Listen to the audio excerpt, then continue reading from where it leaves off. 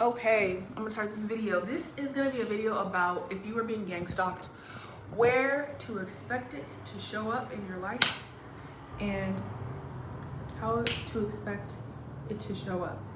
And I'm gonna just really freestyle with this one. I started a video earlier that I did not like because I feel like it wasn't that thorough and I feel like it wasn't really filled with that much substance. So I'm gonna try again, and here we go. Where to expect it to show up. I'm gonna say expect it to show up everywhere. Now, everyone is not gonna be gang stalking you, but because of the way and the prevalence of it, it's gonna feel that way. But rest assured, it's not gonna be everyone. Please do not start freaking out, becoming suspicious and guarded, because that's not gonna serve you. It's gonna make you appear mentally unstable. And when you decide that you wanna become vocal about what's happening to you, it's going to make people apprehensive about believing you because you're acting already crazy, you know, in the world's eyes, with the people that don't really know about how this program operates. Expect it to show up in your academic institutions. If you're in high school, if you are in college, university, if you're in a trade school, expect it to show up there. Expect it to show up in your family. I hate to say this, but yeah, family members are going to be gang stalking you, and I'm gonna tell you why in a little bit. Expect it to show up, you guys. Expect it to show up in church. I'm sorry, you're gonna be praising the Lord, having a good time. You might even get emotional. You're gonna look over, and Sister So and So and her crew's gonna be coming in. They're gonna be wearing their colors, if you know what I mean. Expect it to show up if you are someone who likes to travel or someone who likes to relocate. Wherever you relocate, it's gonna be there. They're gonna find you. Expect it to show up at your job. If you call the police, 9 times out of 10, it's gonna be someone show up and it's gonna be there. I don't wanna say it's every police officer because it's not, but unfortunately, police officers do participate in this program, and so do various other members of the armed forces. And I guess you kind of get the theme of this and how it's gonna go and what to expect. It's gonna be anywhere and everywhere. It's not gonna be everywhere, everyone, and everything, but it's gonna be enough people everywhere that they're gonna have ready to stalk you and harass you and make you feel like the walls are closing in on you. And this is in part because the people that are a part of this program, a lot of them are a part of fraternities from school or sororities.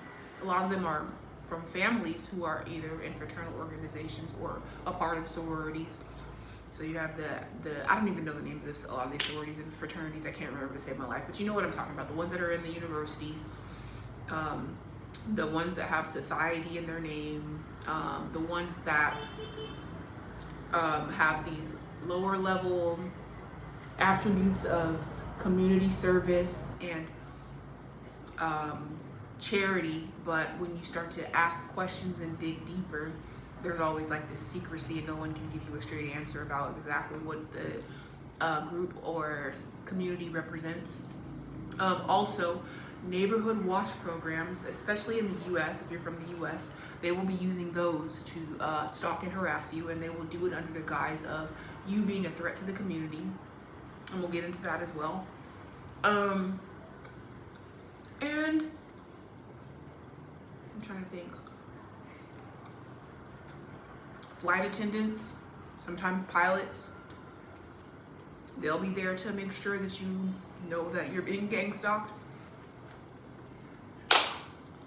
Fun story, I'm gonna give it briefly.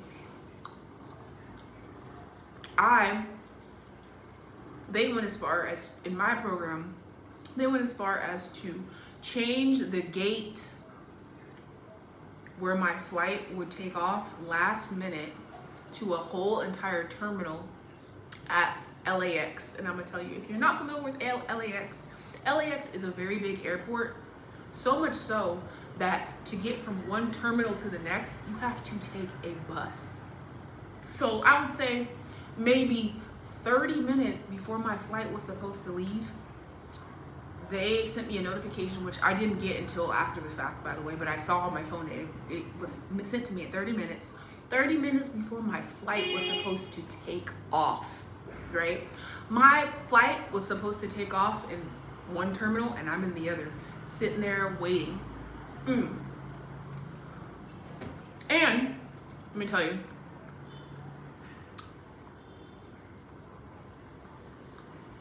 if it had not been for the fact that I was like, you know what, I'm gonna go with it. And I was talking because the guy that I was on the phone with when I called customer service to rectify the issue was a part of my stalking too. He had been informed. It'd be all connected.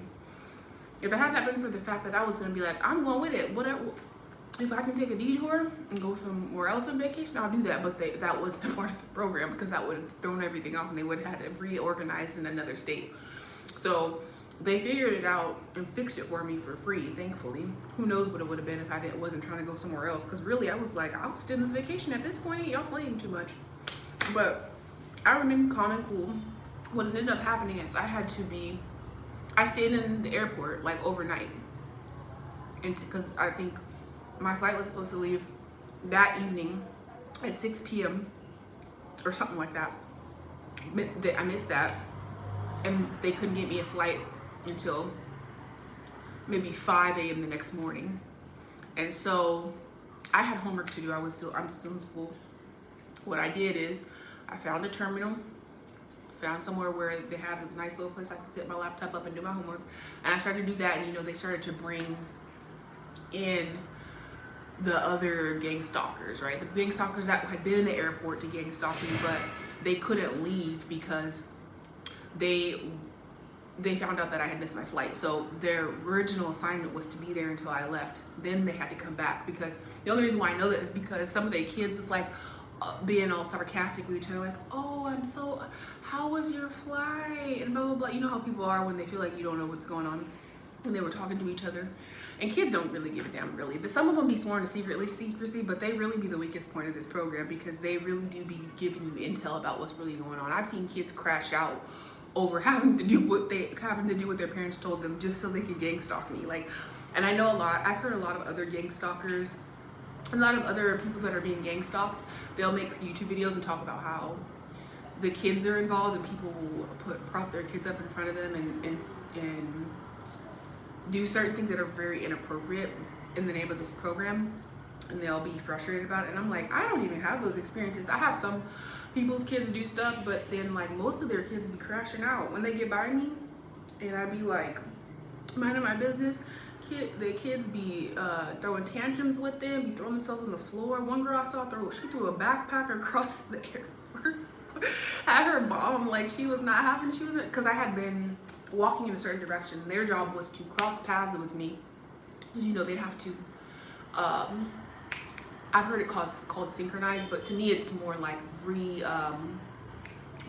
reaffirming or continuing the sensitization of certain stimuli, certain visual stimuli, like whether it be a certain phenotype of a person. It could be a light-skinned girl with curly hair. They're gonna make sure you see her every hour at a certain hour or whatever. So their job was to cross paths with me at this specific time at the airport, but I had changed course because I was lost. The airports with me, I get lost because airports don't stay with the same route. They change the routes. Anytime you can go one day for one flight and then go a couple weeks later, and they didn't change how you get to certain places in the airport. So I was lost, looking around. I ended up going away from them, but then last minute turning back because I'm like, okay, I need to go this way. But then the girl, I could tell the girl was pissed because her mom probably was like, no, go this way, and she was not trying to, it got annoying to her. So she threw her backpack across the airport, and her mom played it cool. I started feeling kind of bad. I'm like, oh my God, these people are just going through it. This is what they gotta do, is I'm assuming they don't got no other choice to play, and trying to make it through the mortgage payment. But yeah, so their kids be crashing out when they're around me with their parents. A lot of kids I find throw tantrums. I don't know what it is, but that's what happens. I don't have the same experience as some gang stalkers where they're like, oh yeah, their kids are just so happy to gang stalk me, and they do a lot of inappropriate things, and they're trying to make me come out to be this and that and the third. And I'm like, if they're trying to do something, it's either I'm too ignorant to realize exactly what they're doing, or the Holy Spirit has just been working through my situation like that. But either or. I stayed at the airport, and their kids were there, and some of the teenagers were like, oh, they were seeing each other. They're like, oh, wow, how was your flight? Me realizing, okay, they never took a flight. They were just there to gang stalk me, and they pretending they were taking a flight. But they were told to stay back because the flight that they probably thought I was gonna run after and try to catch in 30 minutes, I probably would have if I had to realize that they had texted me, but I didn't even get the text. I was waiting for my flight to take me at the terminal. So they had to stay back. And I remember sitting in that spot in the airport doing my homework. And then I was like praying. I was praying, and I also was reading the word, and I would pray. And this whole time, mind you, I know people in these situations often crash out. One, because many people take trips. I'm not judging you, this is you, I really am not, but I'm just giving you the context or from what I'm trying to say. Many people take trips with no money or barely any money. People, they decide they want to live their life, they'll take a trip, but they don't really have any savings. So when something like you miss a flight or something that might require some money comes up, it's stressful. And I've seen this in times before, because I've missed a flight before. And I've seen people that were in the same desk that I'm at crying or cussing the desk attendant out.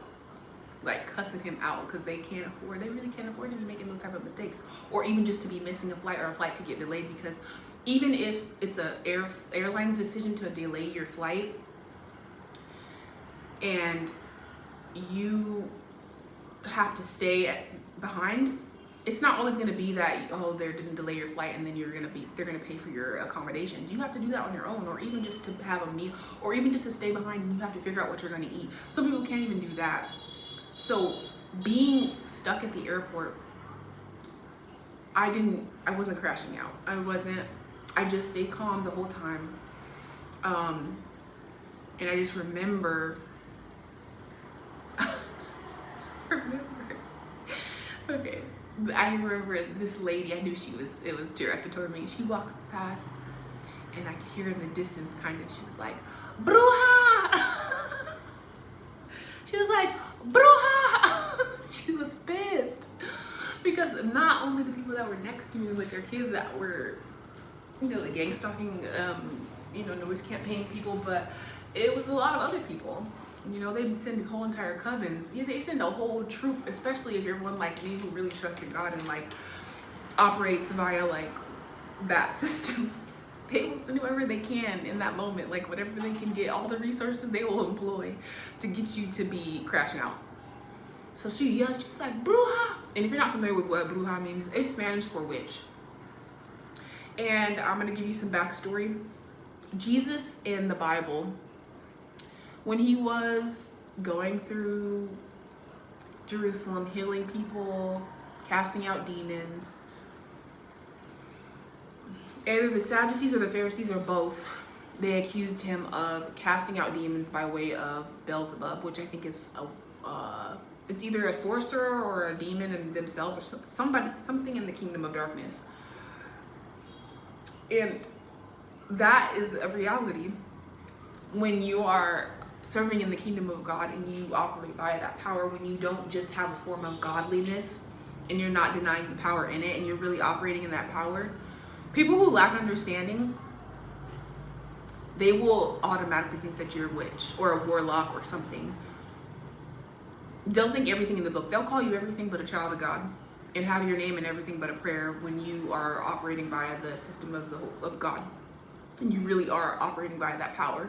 So the lady screamed, Bruja! I could hear in the close distance.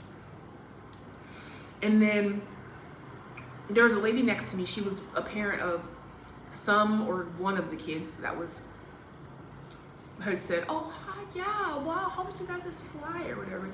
And she had gotten a phone call while they were standing next to me, a little bit after they came to even stand next to me to do whatever they were meant to do. And I could hear her talking to somebody, and it sounded like bad news, because as soon as let me tell you, I'm gonna clue you into what they do when things aren't going as planned or when you're disrupting their system. They get very quiet. That is a strategy. They get very, very quiet, and when they do that, that is them planning. They're planning and plotting, and they're getting ready to try to throw you off with another attack. So she got very, very quiet. But I know that that phone call was really bad news because the atmosphere just shifted so bad. Like it felt like the type of news that where somebody really makes a connection between what they're doing in that moment that's not right and the consequence, which doesn't always happen, but I could sense that that was what she was going through. And so she got very, very quiet, and I proceeded to just do my homework. I was like, I'm really trying to just make the best of this time because I know it's going to be a long night, and I'd rather just get my homework done while I have the energy. And so she proceeded to stay next to me, and then at some point I think I started to pray again. And I'm telling you, these people be so, how do I say this without sounding like one of those Christians? These people be so demon possessed that if you do anything that's like praying to God, if he prays, even if it's not something that's out loud or something that they can hear, those demons that are in them will begin to activate. I started to pray, and her son, I think it was her son, he was standing next to her talking, but then as soon as I started to pray, he started to do this. Like as I'm praying, and then I stopped, and then he stopped, and then I was like praying some more, and he was like, and he was young, a boy, like a very, like 10 or 12, and that's when I was like even more clued into how demon possessed these people can be. Because I'm like, whoa, this is a child. Like he was in the middle of talking, and then when I started praying, he started to do these type of movements, and it was a movement that was, I knew it was to try to distract me from the prayer. And this isn't the first time this has happened to me. I've been in the gym, and two people, right, that were in front of me, they were working out, and they weren't even looking at anything. They were just looking straight forward. They were working out.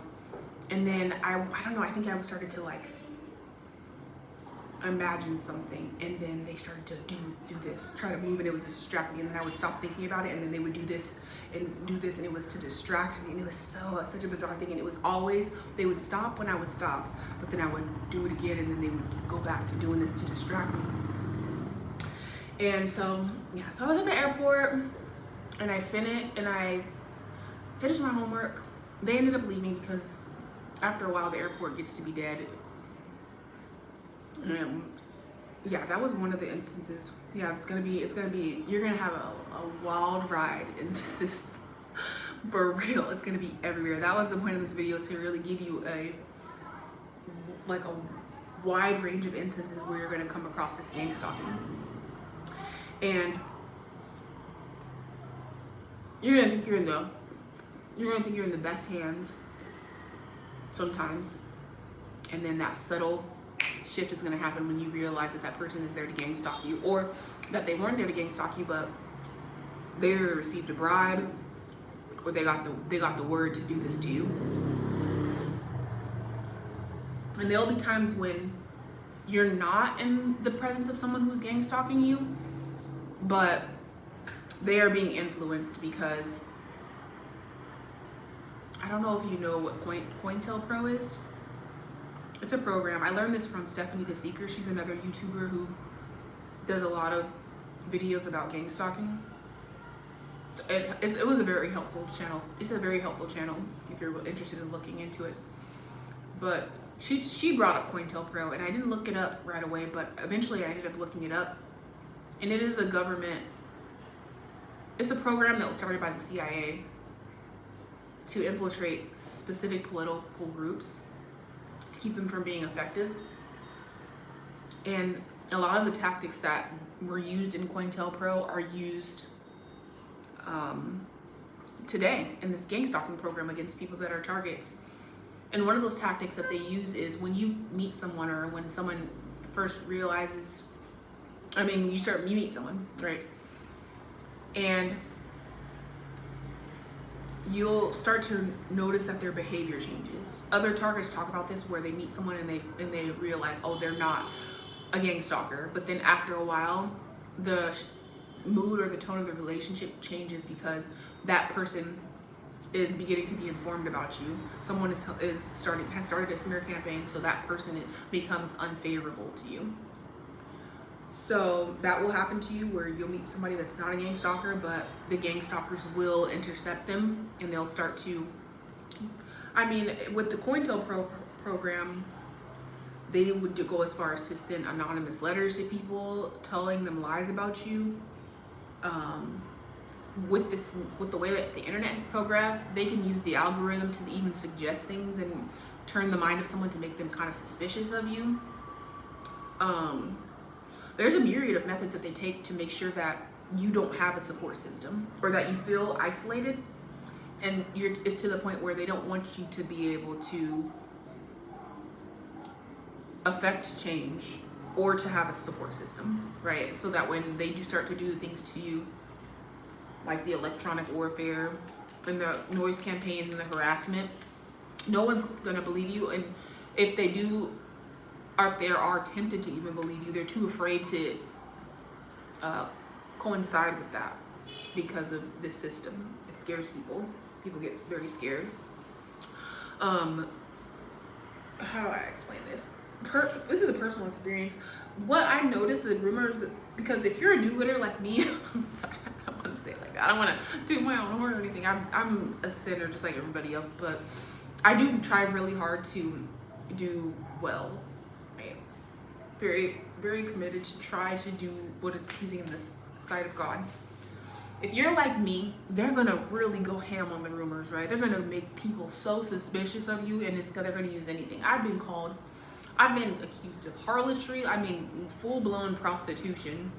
What else? Definitely witchcraft, because I mean, I rely on God so much. There's so many things there's so much of God's power that has operated in my life. They really need to rely on the witchcraft part, because they're terrified of that power of God in my life. What else have I been called? Or accused of? They've tried to like fabricate this thing where guys will come by me and they'll have their girlfriend with them, and the girlfriend will put on this show of like trying to be like, act like they're scared of me and be all like holding on to the guy's arm or standing back and looking all terrified. I'm like, please keep doing that, because I don't give a damn. I really don't. I promise you, it's a show for me. But like, they'll do stuff like that. They'll try to do anything to perpetuate a lie so much that they want even you to believe it, right? Let me see.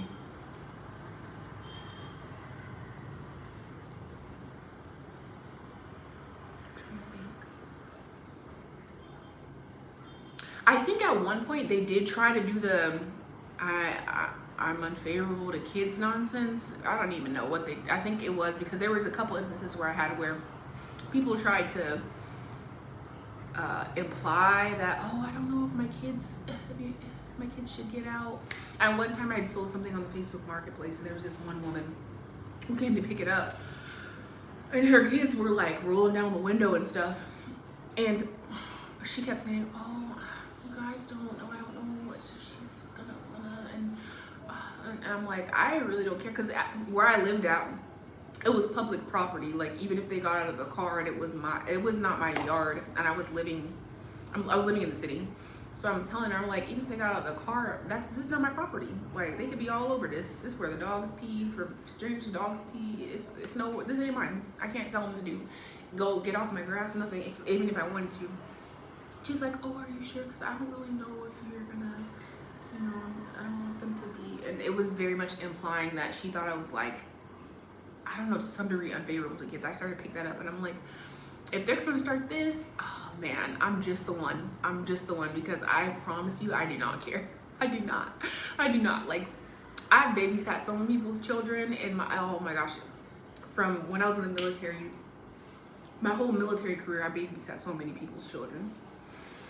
And I say that because I don't care what people think. If you want to keep your kids away from me, you're not gonna hurt my feelings, But at the same time, I don't not like kids. It's not like, oh, I want them to be away from me. Get those kids away from me. I don't care anyway. It's more like, I don't look for kids.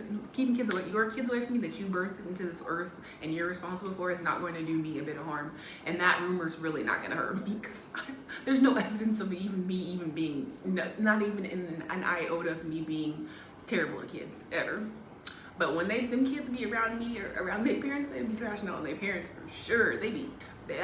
One thing about a kid, they know who to respect. You can tell a kid whatever, you can parent them whatever, you can instill the fake fear of God that people try to do. But I'm telling you, if you are not worth your salt, a kid will let you know. Because if you're one of the people that you don't practice what you preach, a kid's gonna show you, because the kid will be quick to disrespect you if you're one of those type of people. But yeah, I think that's really all I'm gonna say. I just wanted to prepare you because there's gang-stalking everywhere. I went to the mountains one time. It was in Mount Hood in Oregon, and it was there. They followed me in the middle of a blizzard on a campsite that was practically, I don't know, the middle of nowhere. And yeah, I think that's all. I'm not gonna say too much else. It's almost dark. But yeah, that's all. You guys have a good day.